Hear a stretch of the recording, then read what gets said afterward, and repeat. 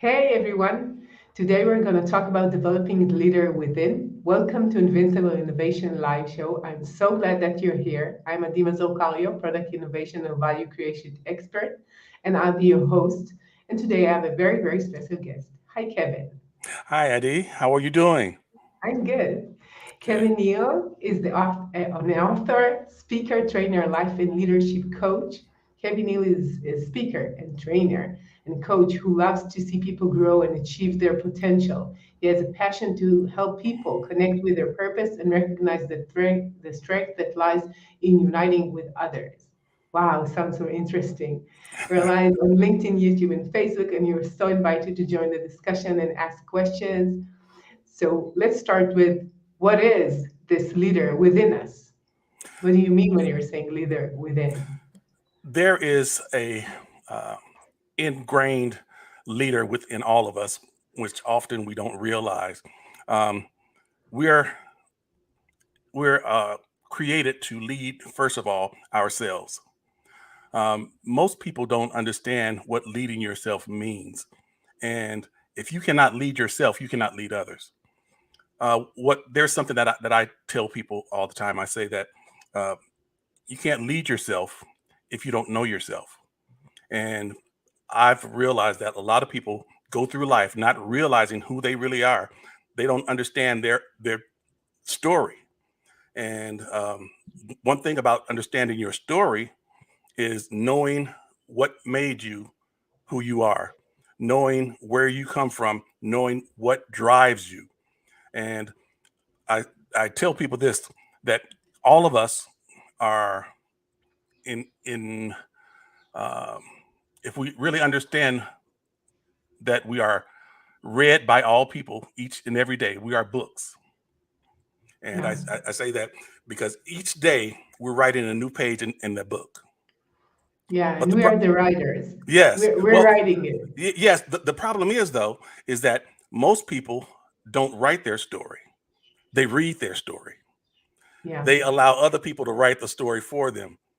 Um, if you look at often people will follow a path that has already been planned for them. They've been told this is what you should do. They've been told this Right. is where you should go to school. This is how you should follow your life's plan. But actually, that is not what their heart tells them they should be doing. That is not what their heart tells them they should be going. What they're doing is following someone else's plan. And if you're doing that, you're not the headliner of your story. You are only a afterthought. You're someone who's thrown in there by someone else. So you're not actually writing your story. You're allowing somebody else to write your story, and you're becoming an extra in their story.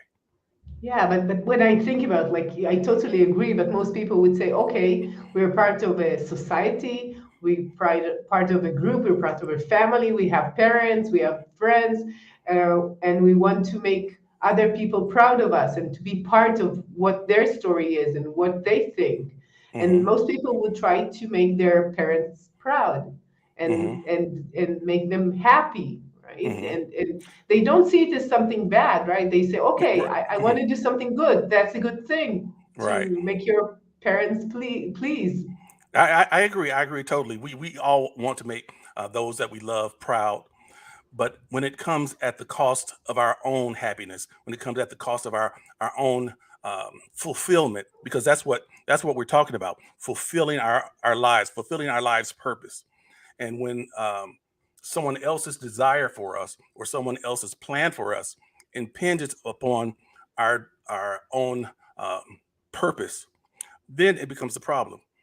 So Yeah. we have to figure out what is our purpose, what am I called to this earth to do, and what makes me fulfilled. And if what my mother wants me to do, my father wants me to do, my friends and family want me to do, even the society around me, if that's impinges upon what fulfills me, then that's a problem. Yeah, I totally agree. I have like four kids, and three of them are teenagers, and we have lots of discussions of like it's kind of obvious what they should do, They Hmm. need to be good in math. They need to be like in tech. They need to make money. Right. That means that they are successful. Like there Hmm. is this very clear path, which is success. Right. Right. And we're having these discussions, and it's much more frightening to find out yourself if you don't Hmm. have these guardrails, right? Right. Right. But I think we should understand that um, success is defined differently by everybody. Right. I cannot follow your definition of success, and because what I'm going to do is compare everything that I do all of my life to what you consider is success. And if I don't measure up, it leads to low self-esteem in me. It leads to me feeling like I'm not good enough. I'm not doing what I should be doing. But when I develop my standard of success, then I can follow that. And I'm not competing against anybody. I'm not comparing myself to anybody. The only person that we should ever be comparing ourselves to is the best of us. So Yeah. I compare myself to how how um how much better I can be. Okay, so if I'm not doing everything to the best of my ability, then I need to pull up. Yeah. But I can't measure myself to somebody else because nobody else's story is my story. Nobody else's Yeah. path is my path. Yeah. Like when I think about it, like we're always comparing ourselves. It's like Yeah. something innate in the way that we perceive reality by Hmm. comparison. Like they're Right. better, we're less, they're more, we're more, whatever. It's always compared to something. And it seems to me that our society has this very strict rules of what is success. What is a Hmm. successful person?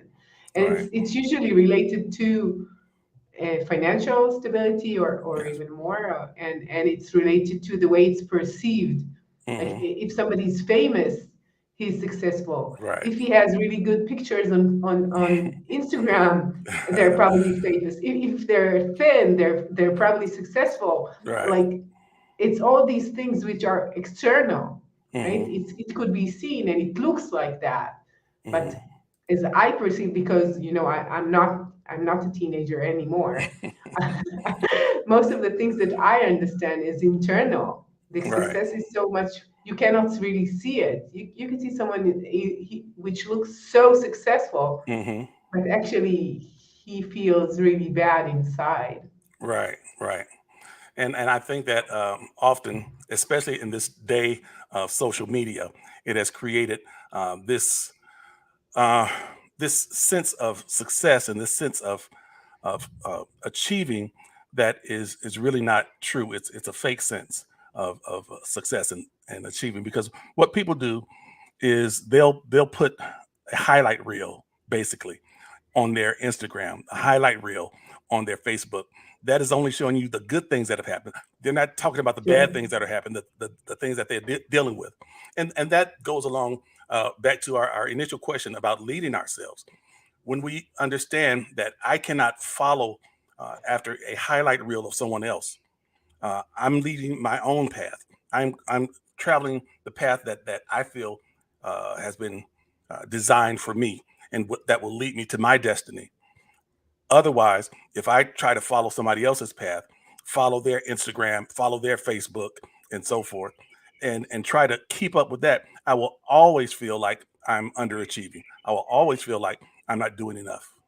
Yeah, but don't you think people are saying I'm getting inspired when I would say that my kids are into baseball all the time, Hmm. and they're talking about like I know LeBron James, whatever. And I hear about LeBron James much more than I hear about my neighbors and people around me. Like the name is like so much in my ears. Right, right. I Yeah, understand.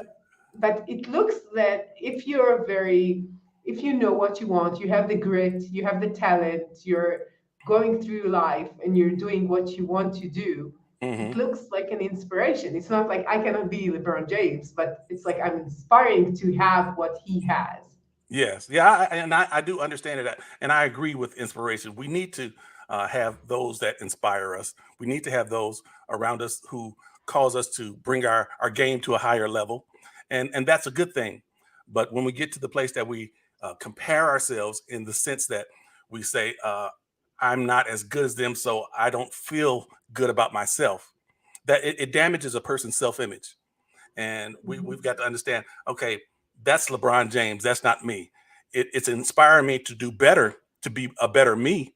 But I can't say that because I can't do what LeBron does, I'm nobody. I'm not good. I'm not good enough. And Yeah. that is the problem. Yeah. When you talk to leaders, do you see them perceiving success in the same way?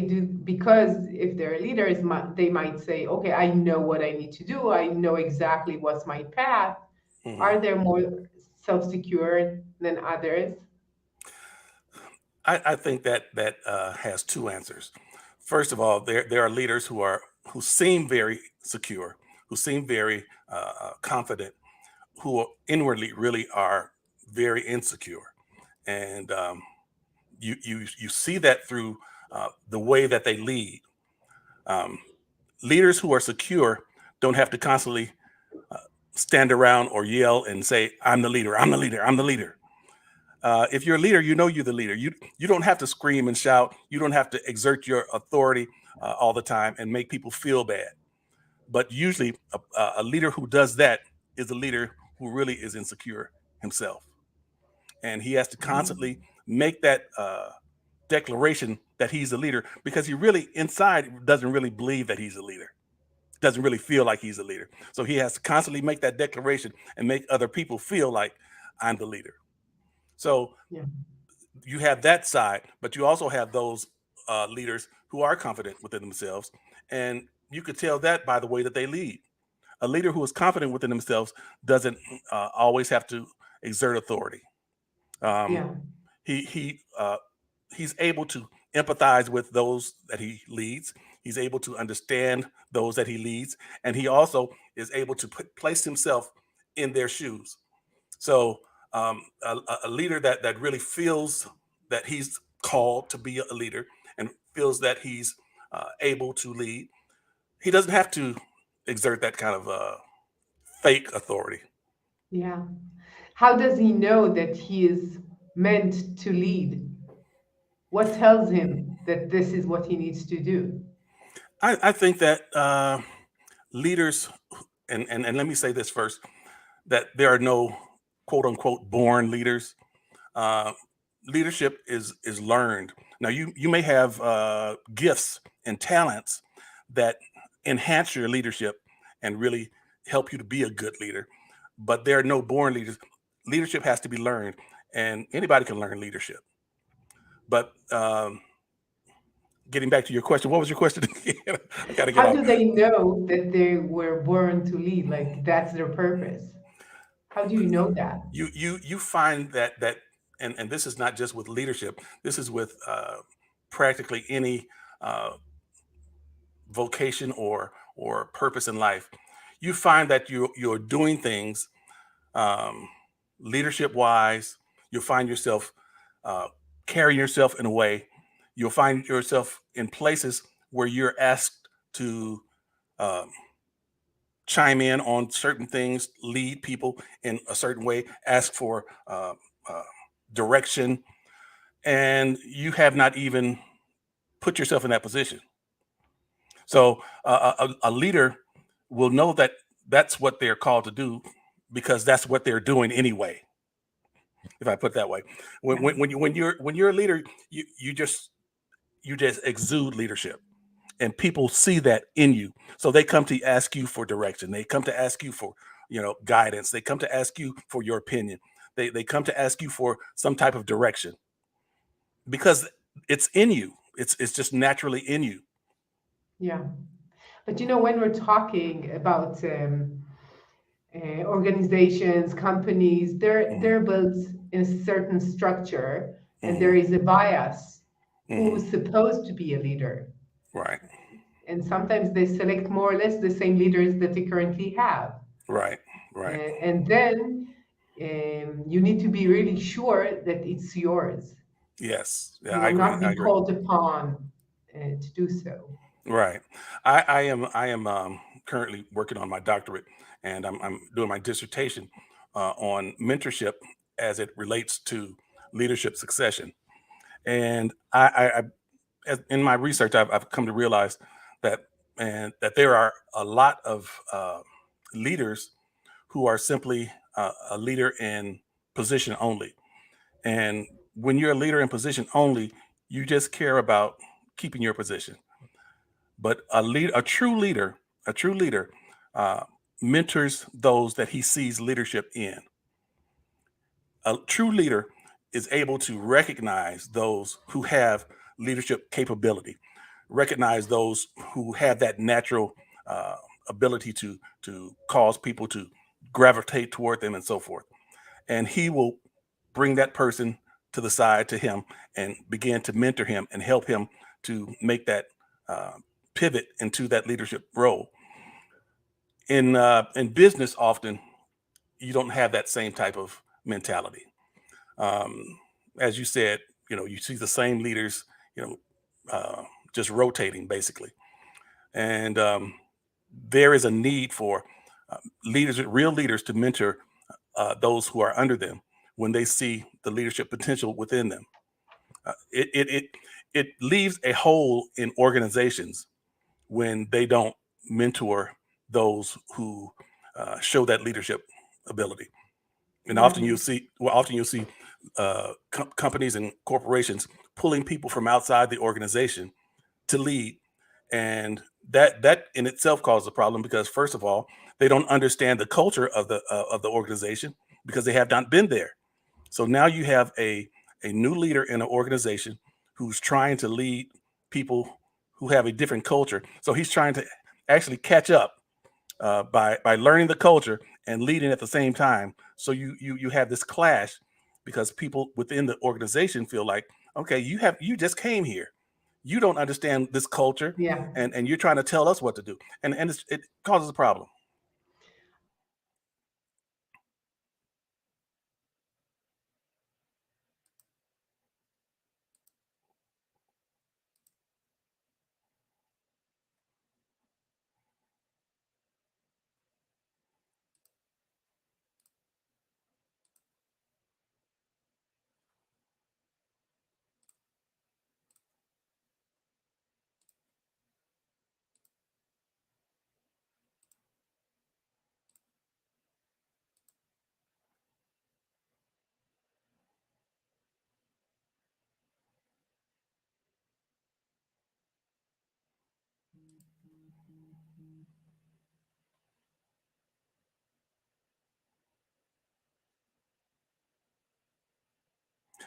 ID, I cannot hear you.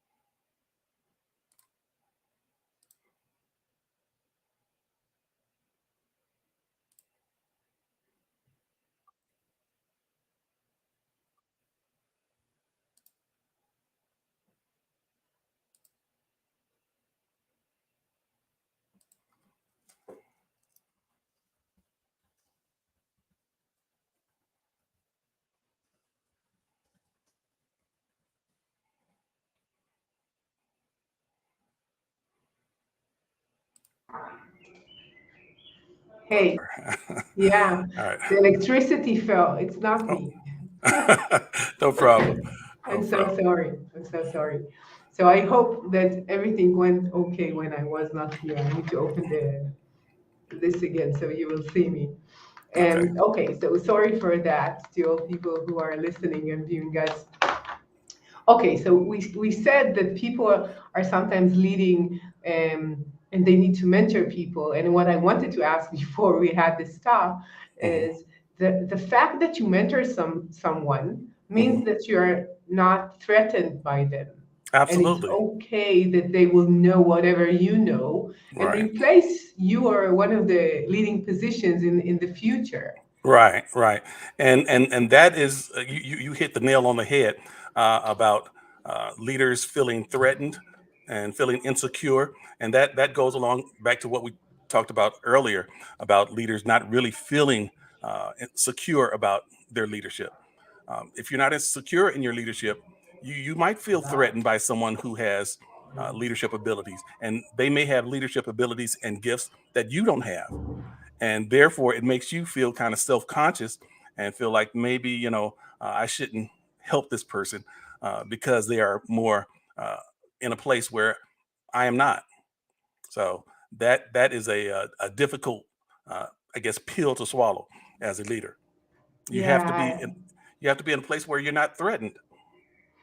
and it's related to what you see in yourself. If you're sure that this is your story and you're building your story and Hmm. this is how you perceive your career, it's okay that you pass on your knowledge and you mentor others. Right, right. Whether if you see it as like me and my um, I need to go through that, I need to go and step on this ladder Hmm. going up and up, and I don't care about people I leave like behind. Right, It right. means that I will be less prone to mentor anyone.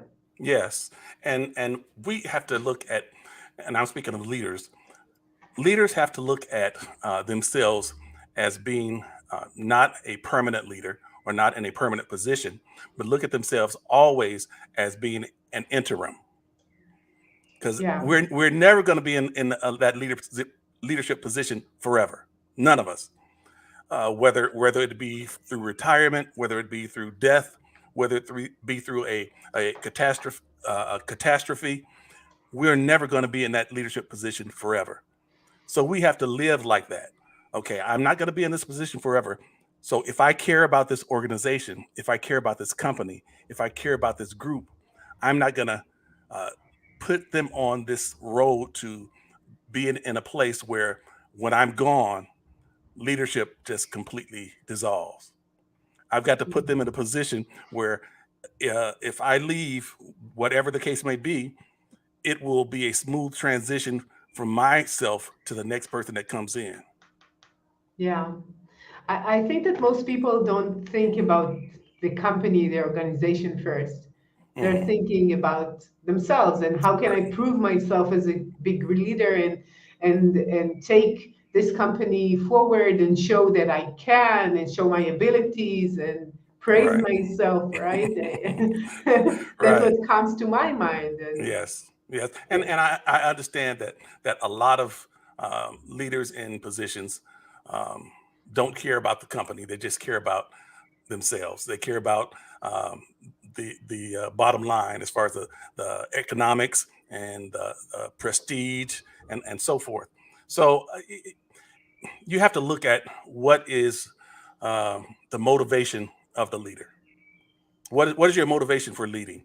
Are you really concerned about this company, this group, this organization doing better, or are you concerned about you, and that's all? And when you have those kinds of leaders that are only concerned about themselves, it's terrible. It's a terrible leadership, and the group knows that the leader is only thinking about themselves.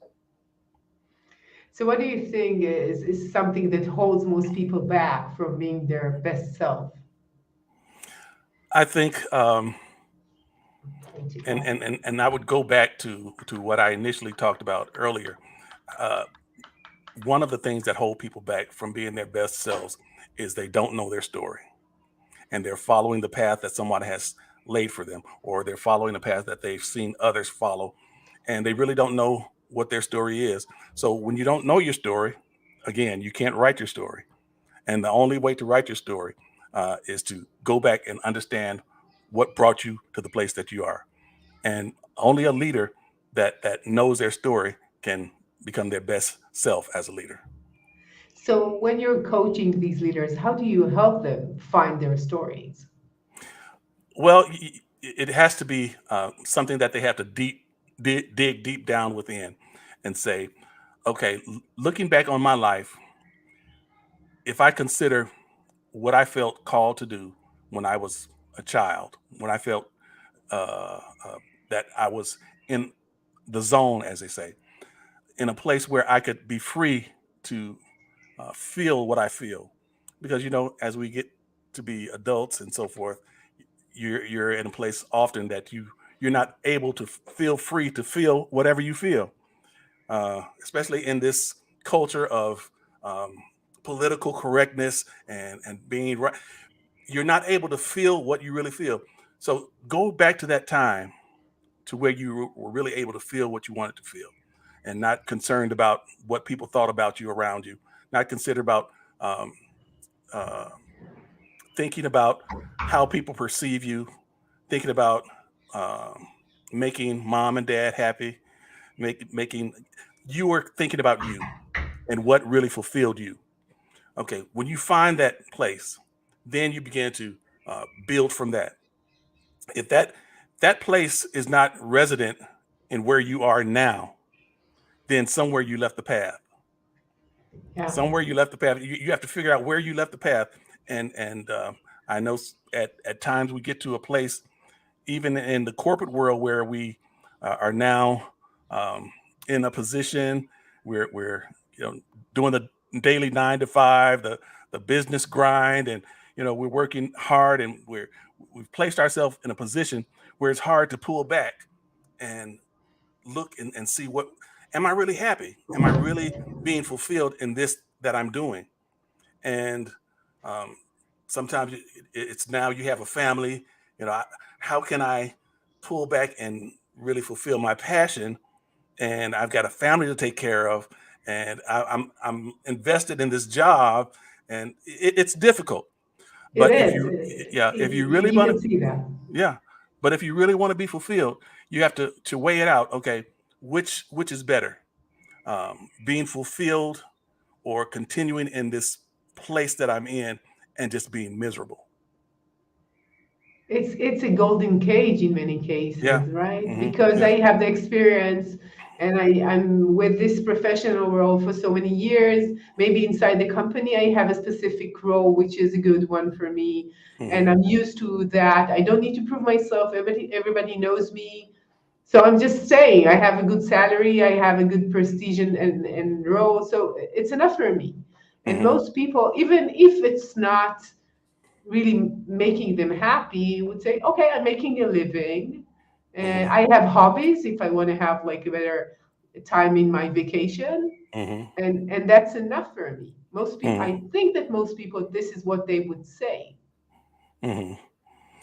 Well, I think that yes, that would be the situation a lot of times, but also I think that even money will not fulfill a sense of lack within you that is not connected to your purpose. Because you Yeah, can have all the money in the world and be miserable. You yeah, can have 10,000 people following you and still be miserable. yeah, I look at all the entertainers and uh, people in positions of power, and see how many of them have problems with drug abuse, alcohol abuse, and suicides. And you wonder, okay, you have all of this, everything that we aspire to, but yet you're unhappy, yet you're not fulfilled. What is that? It's a sense of not really fulfilling a purpose, because you can get stuck in a place because it gives you money, get stuck in a place because it gives you power, stuck in a place because it gives you prestige.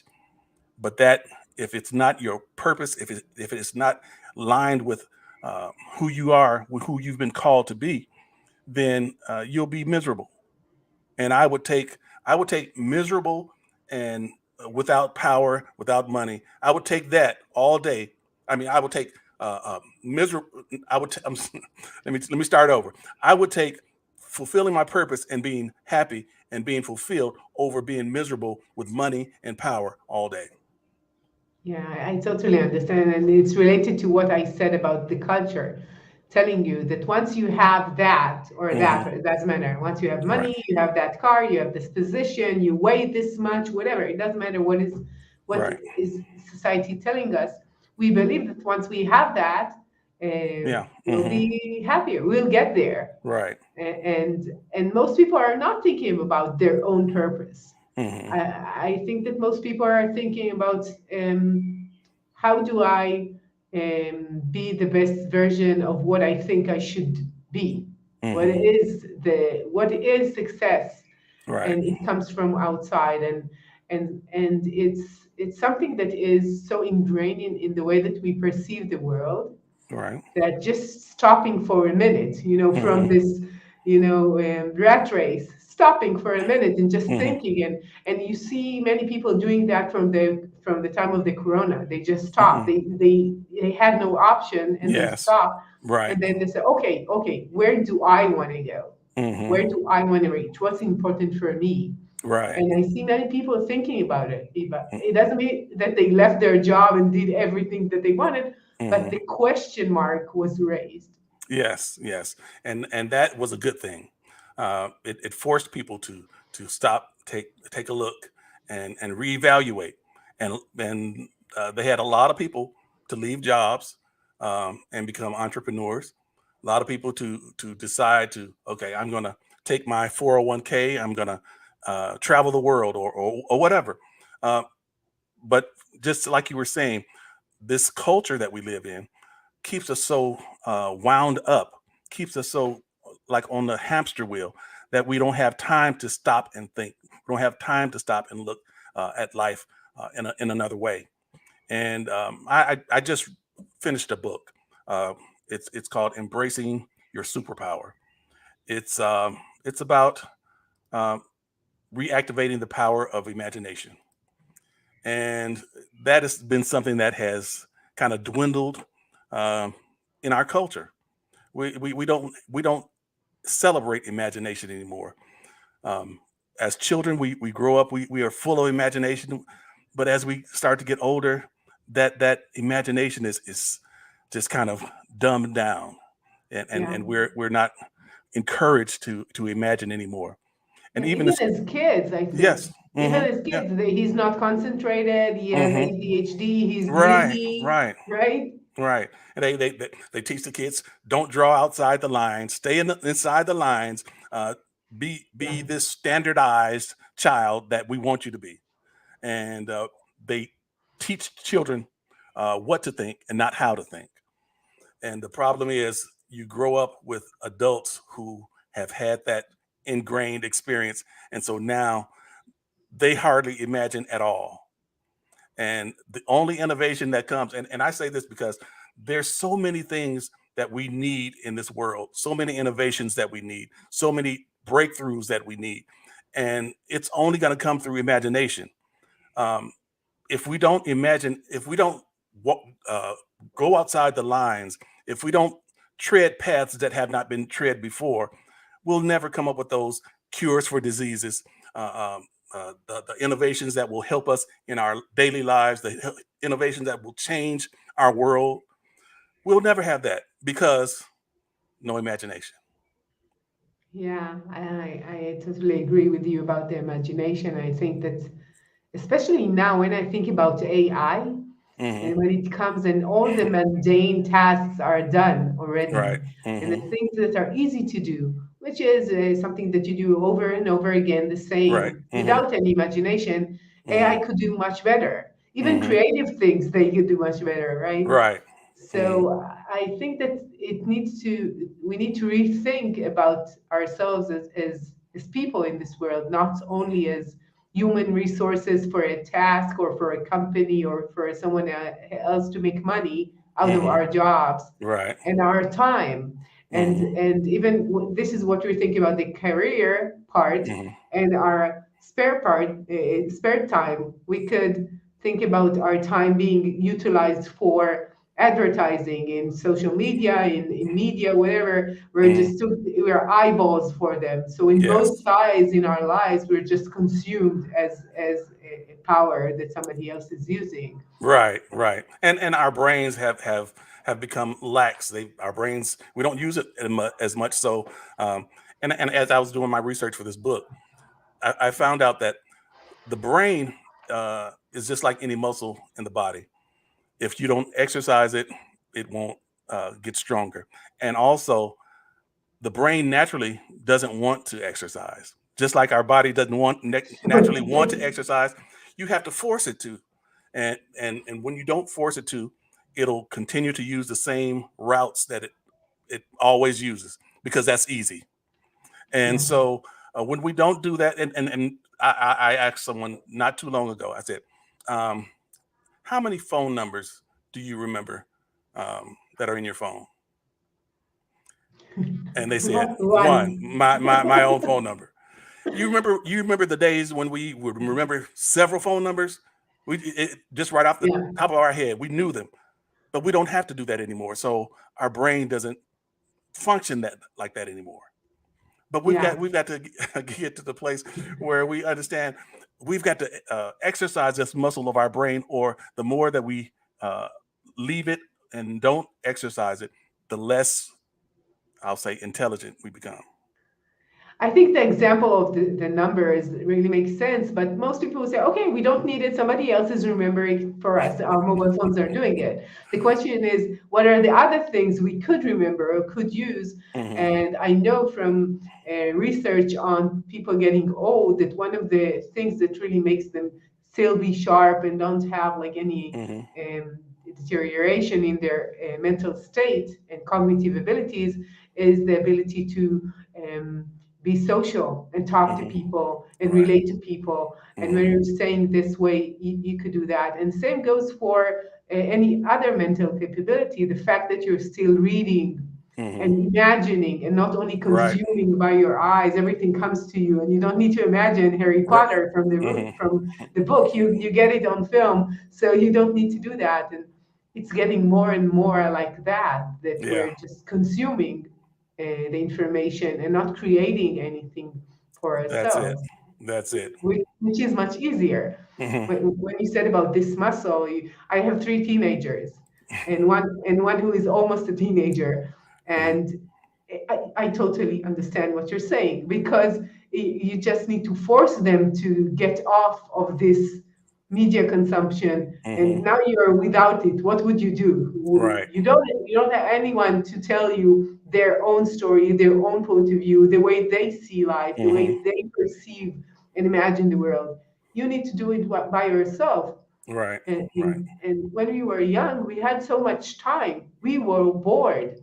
Right. Sometimes Hmm. you were bored. Hmm. Now kids are not bored Yeah. anymore.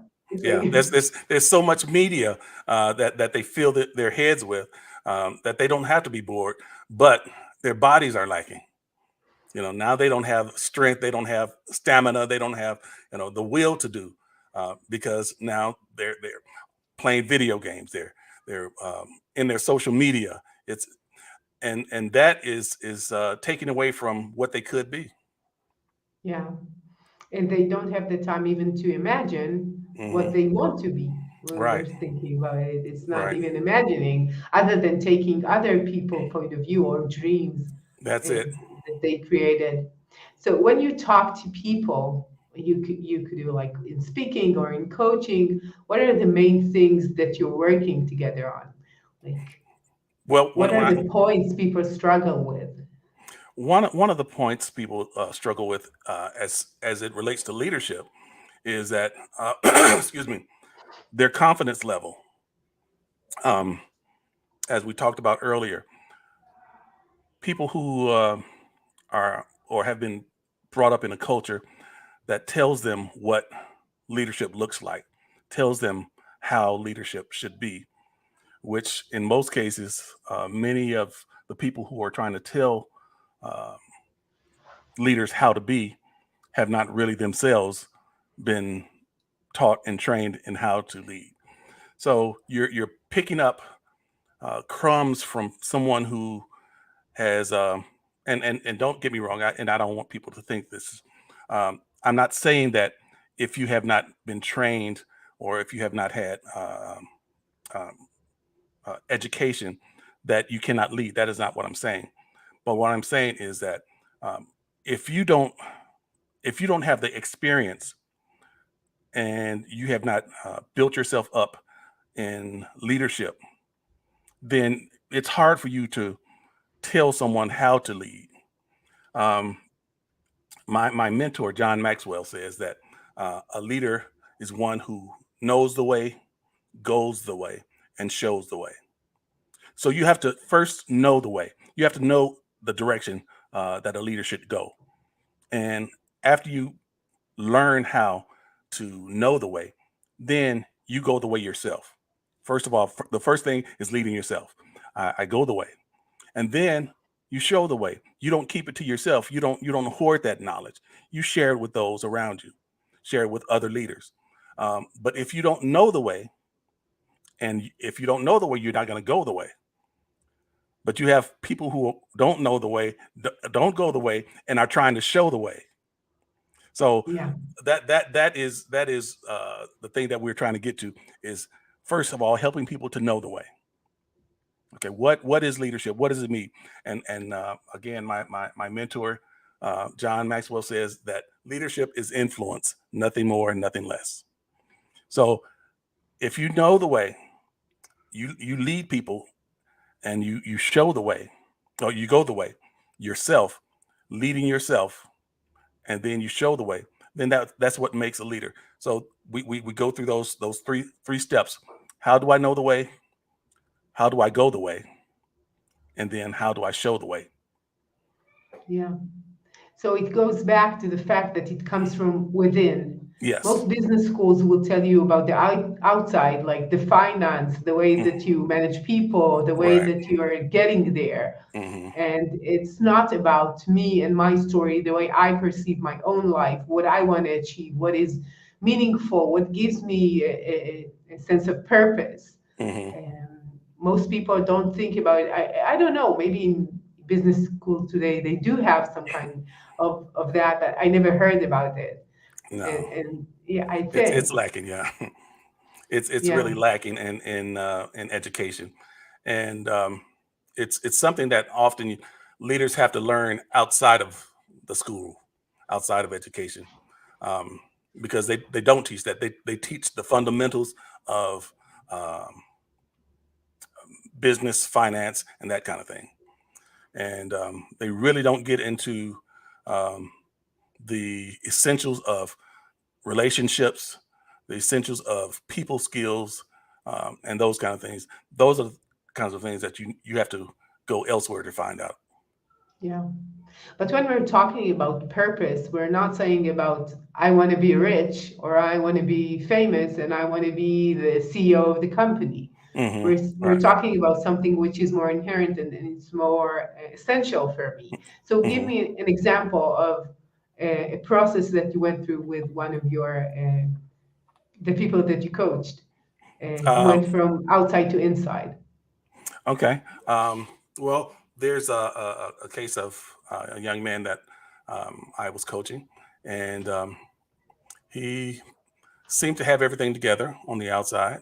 Um, he had been in the military. He had gone to school, and um, but he sensed that there was something else for him to do other than the natural progression of leadership, uh, and he, I guess, to a degree, was afraid to follow that because again, we get caught up in that. I want to please people. I want to please mom. I want to please dad. I want them to be.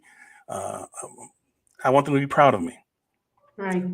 So, but when you dug down deep into what his heart was telling him, he came to a place where he realized, okay, I appreciate the things that success will give me as far as um, what people say success is, but the freedom that I feel in doing this other thing, it may not line with what other people want me to do or other people think I should do, but it brings me peace. It is my connection with the world. And he saw that, and he decided, okay, I'm going to take a different path. And he was like I say, a fairly young man, um, in his 30s, and he decided to make that change and said that I I don't care now what people think or what people feel. I have decided to follow this passion that's within me because that's where I know that I connect with the world. And I know that if I follow that passion, things will work out eventually. And that is one thing that I have found out. We think that if we follow the path that is already paved, that is the road to success for us. But if you are successful in the eyes of the world and are unhappy or unfulfilled, that it doesn't match up. But I found out that if you follow your passion will always fuel your success. So if you follow your passion and you're diligent about it, it will fuel your success. Yeah, I think that most people don't see the power of enjoying what they're doing Hmm. and feeling that it's your purpose. And when you meet people that you see they're so enthusiastic about what they're doing, Hmm. you just sense that they're just happy to wake up in the morning and go to do this position and go to Right. do this specific project, Right. whatever. And it makes you, and sometimes you feel that, yeah, I want to join them, I want to be Hmm. part of that. Hmm. And if we're talking about leadership, making people want to be part of your vision, of your the way that you perceive or imagine the future of the company, you cannot do it without enthusiasm and Right. without being fulfilled with what you're Yes. doing. And you think about how many people wake up every morning dreading going to work, and Yeah, they may be high executives, have plenty of money, plenty of what society calls success, but just dread going to work every morning. yeah. That's a terrible place to be. Yeah, and you know that there are more suicides on Monday. There Hmm. is the Yeah. song, right? Hmm. And I think that just thinking about it, that we believe that we would be happy and we would be content once we have something. And sometimes when we reach there, Hmm. it's so disappointing to find out that it's not there. Right. You got to the point and it's not there, Hmm. right? Yes. So Hmm. so we're almost done. I just want to ask you one last question. Hmm. What is your number one tip for leaders? My number one tip for leaders. My number one tip for leaders, I guess, would be to learn who you are, learn your story, and lead by your story, and not by what books tell you, not by what some leadership guru has told you, but lead by your story. Because when you lead by your story, you can connect with people. When you connect with people, people feel it, and they will follow you. Yeah. Wow, it's been really inspiring. It's I really enjoyed our talk. And you see my dog on the line. She enjoyed it I too. was wondering, is that your dog? It's a beautiful dog. Yeah, you see her? Like she's Yes. so happy. Where could people Yes. hear more about your work and what you do and contact you? You can check my website. I am on my website is kdnealbuildsbridges.com, and you can check my website, and all of my information is there. Wow. I totally encourage people to go and visit your website. And it's been such a pleasure talking to you, Kevin. So thank you for your time. Thank you. It's been a pleasure. And to all of you change makers out there, thank you for joining us. And I'll see you soon with another innovative, insightful talk. See you. Bye bye. Bye.